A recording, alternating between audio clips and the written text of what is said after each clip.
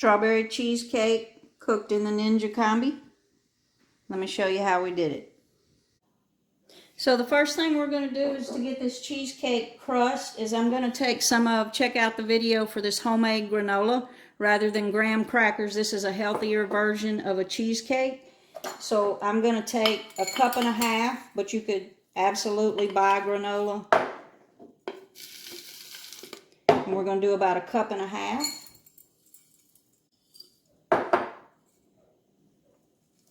I'm going to cut back a little bit on that because that was a little over.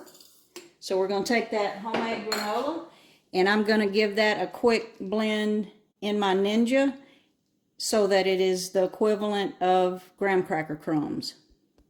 And what I'm actually going to be using is this tart pan because I can release it here. It's going to come out easier, but if you didn't have that, you can definitely use your Instapot pan. Both of these fit in the combi, but that Instapot pan, of course, you're not going to be able to cut it like you would using a springform pan. So I am going to use a springform pan so that I can easily get that cheesecake out of there. And for easy cleanup, I'm going to go right into that pan with that granola. So right into that pan with those crumbs, I've got 1 tablespoon of coconut oil and 1 tablespoon of almond butter. And I'm going to go on the top of those crumbs and I'm just going to mix that all together in the pan for easy cleanup if I don't drop the bowl.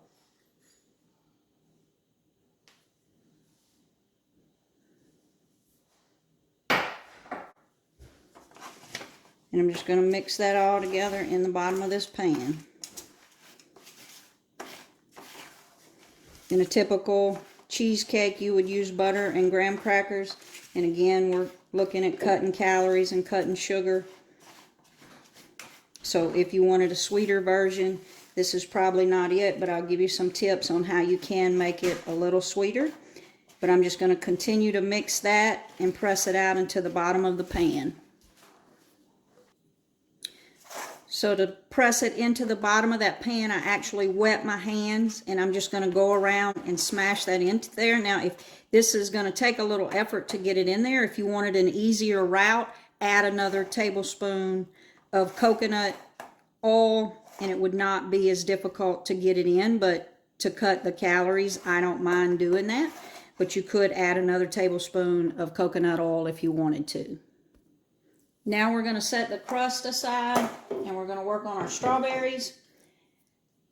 We're not going to do a topping. I'm actually going to put the strawberries in the cheesecake. So again, in my Ninja blender cup, I've got 2 cups of halved strawberries here.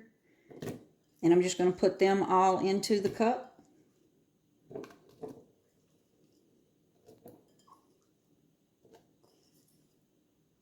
This is a good way to use up strawberries in the refrigerator, which is what I had. I had some strawberries that really needed to be eaten. Then we're going to add 2 tablespoons of honey. Now you could do this with sugar if you wanted to, but again, we're looking at a healthier version, but you could definitely use sugar right here instead of honey. And then again, I'm going to take this to the blender and blend it up for our strawberry mixture. And for our next ingredients, I've got 1 cup of cottage cheese.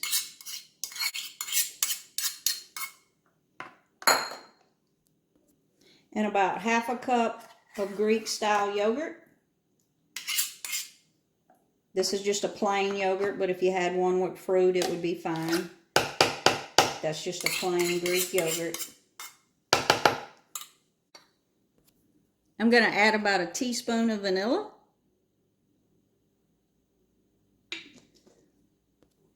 And then 2 more tablespoons of honey. Now, if you were using sugar, I would recommend just under a half of sugar because we did put some sweetener in the strawberries. But total in this cake, I would put half a cup of sugar if I were using sugar and not concerned with the sweetness. But again, this is 2 tablespoons of honey, and we put 2 tablespoons with the strawberry. And now we're just going to blend this up.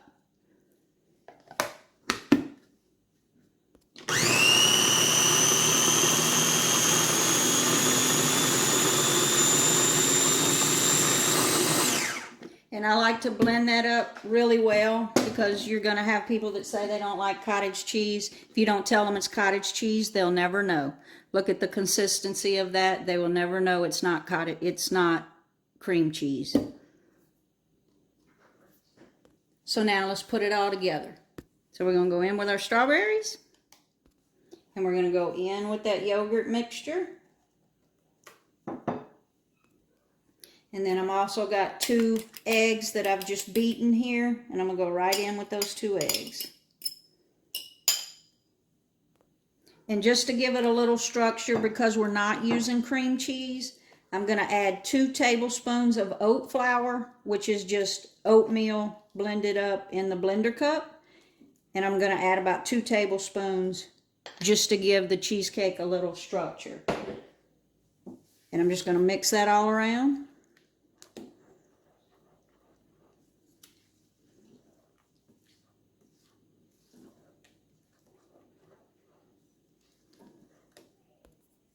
So for the method on doing this in the Combi recipe book, there is a chocolate cheesecake, and it says 1/4 cup of water in the bottom of the pan. So that's what I'm doing. In the bottom, I've got 1/4 cup, and we're going to pour that cheesecake into that crust.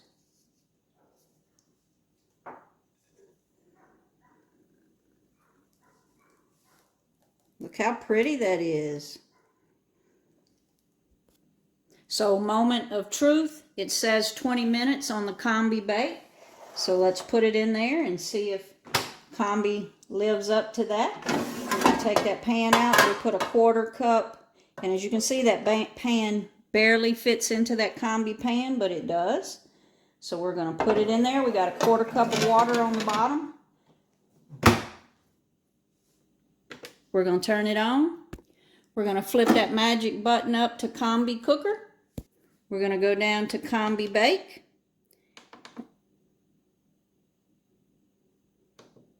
To 375.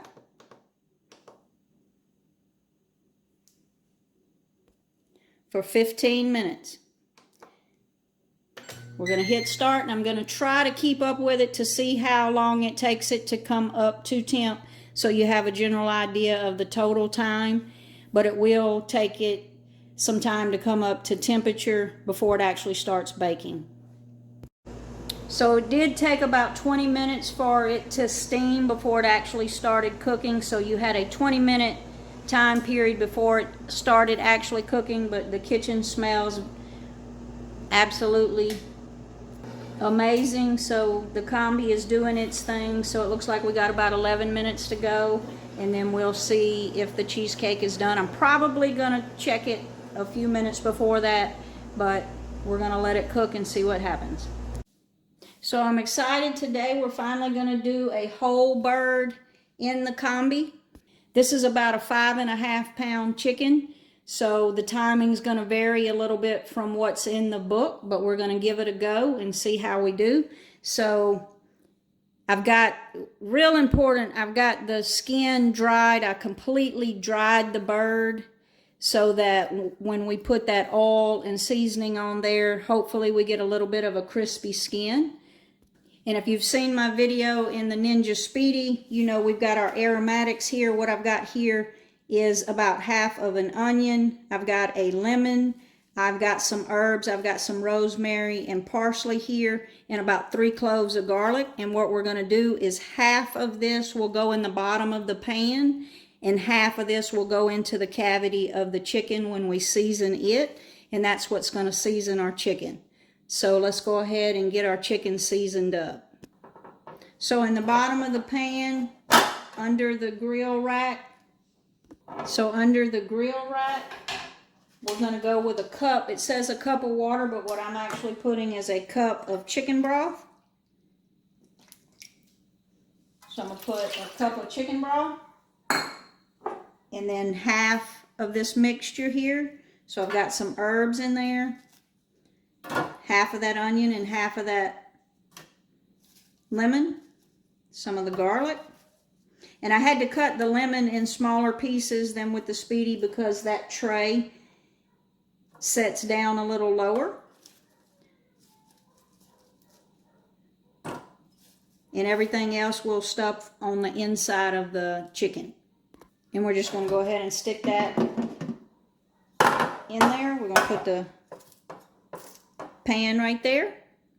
We're going to put the grill pan back on top of the bottom pan. So for the chicken, just simply going to be some olive oil,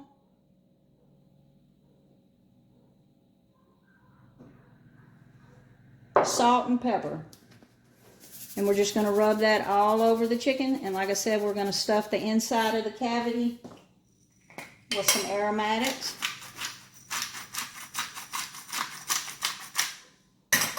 So I'm just going to rub that all over the chicken.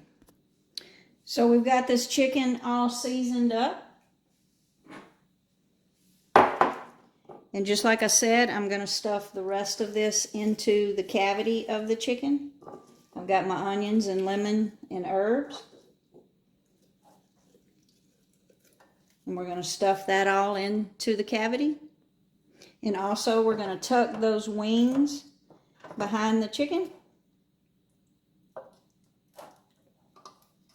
And then I've cut slits in the sides of the chicken right here rather than tie him up. I'm going to stick his little legs through there. We're going to cross his legs. Her legs, whichever it may be.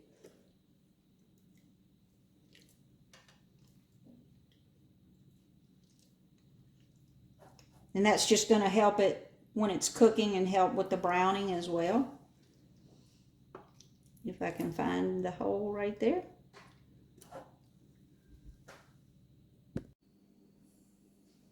So the timer has gone off. Let's take a look at the cheesecake and see what we got.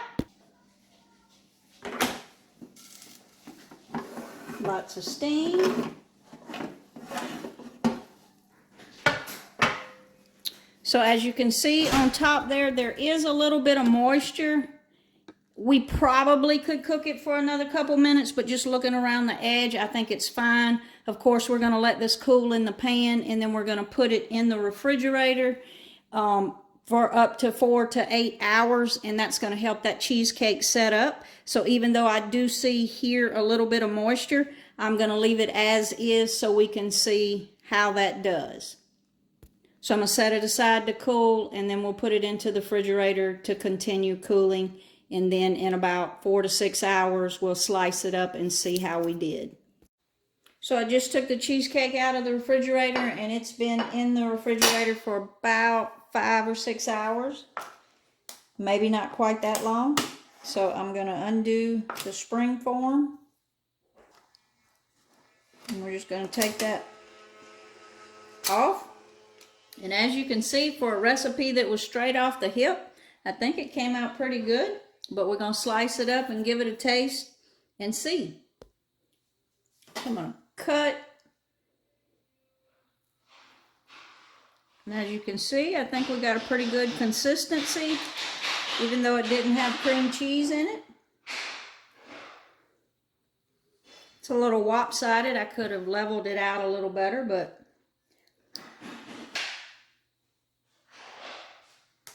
I'm gonna ease under there. As you can see, that consistency is pretty good to not have actual cream cheese in there. So I'm going to give that a little taste. So remember, in that total cheesecake, there was only 4 tablespoons of honey. And with those strawberries and that homemade granola, it is plenty sweet enough. Give this one a try for sure. And do it in the combi.